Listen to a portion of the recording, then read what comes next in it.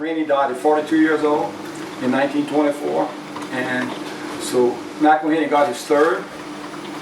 The two-thirds, Audubon was just getting started in the Northeast, and he approached them to see if they wanted a donation, and they said, we'd love to have it, but we don't have the funds to run it.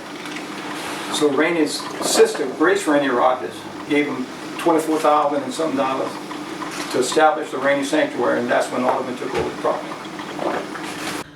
The Paul J. Rainey Wildlife Sanctuary consists of 26,000 acres of marshland, ponds, beach, and bayshore. This property, that is only accessible by boat, is located in Vermilion Parish in southwest Louisiana. It is the National Audubon Society's oldest and largest sanctuary. Like many areas across coastal Louisiana, this area that was once owned by the avid hunter and businessman Paul J. Rainey and the founder of the Tabasco Company, E.A. McElhaney, has encountered land loss due to an altered hydrology system, hurricanes, and other natural occurrences. As part of the Restore the Mississippi River Delta Coalition and the Rainey Conservation Alliance, Audubon supports many restoration projects at Rainey to help other landowners combat land loss and to benefit the birds and wildlife that depend on the sanctuary. Consequently, it is known as a living laboratory for coastal restoration. After Hurricane Rita in 2005 and Hurricane Ike in 2008, hundreds of acres of healthy marsh at Rainey had been converted to open water. A way to economically promote regrowth and restoration of the lost marsh was desperately needed. This need made Rainey the perfect location to exercise science-based restoration techniques.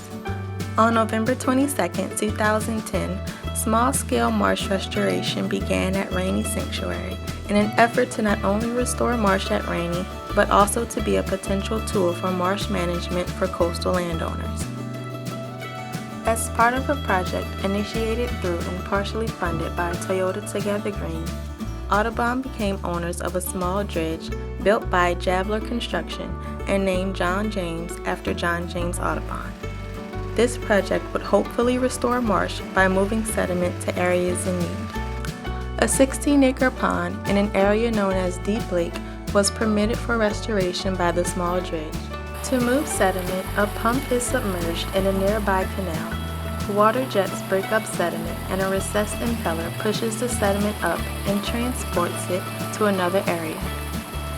Over the course of 2 years, the small dredge filled 1.3 acres of the pond, and it naturally vegetated itself in the following 3 years.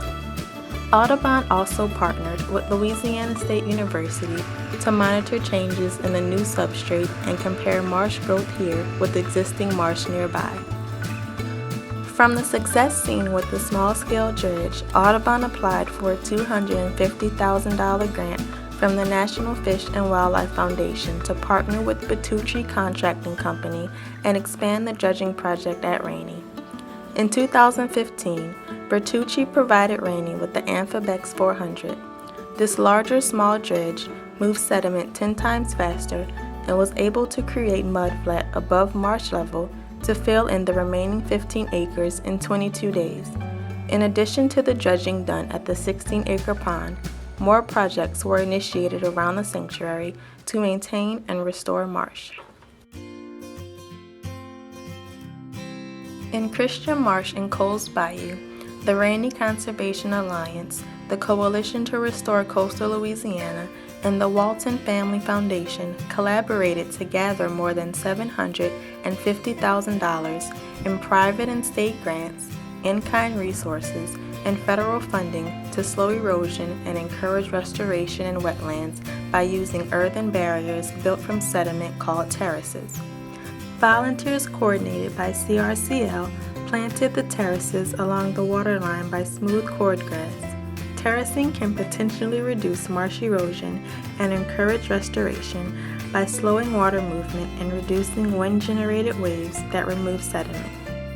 Slowing water movement can also benefit the growth of submerged aquatic vegetation that supports fishery nurseries and the huge population of winter waterfowl, that rest at Rainey by encouraging water quality improvement.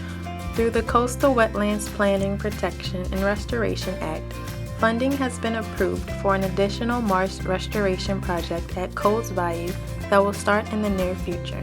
This initiative at Coles Bayou is projected to create 365 acres of brackish marsh, nourish 53 acres of existing brackish marsh, and increase freshwater and sediment inflow in interior wetlands.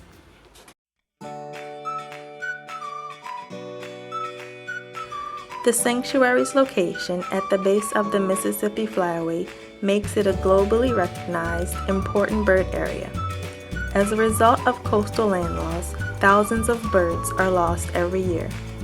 Some birds are forced to migrate and nest elsewhere, and sometimes elsewhere doesn't exist due to lack of space or resources. The work being done at Rainey benefits over 200 species of birds, like the rare whooping crane and endangered piping plovers. Before flying 500 miles across the Gulf of Mexico in the fall, coastal Louisiana is the last rest stop for millions of migratory birds. In the spring, it is the first stop after completing the same exhausting flight.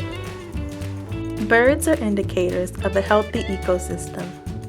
Infrastructures, businesses, people, natural resources, birds, and other wildlife depend on Louisiana's coast.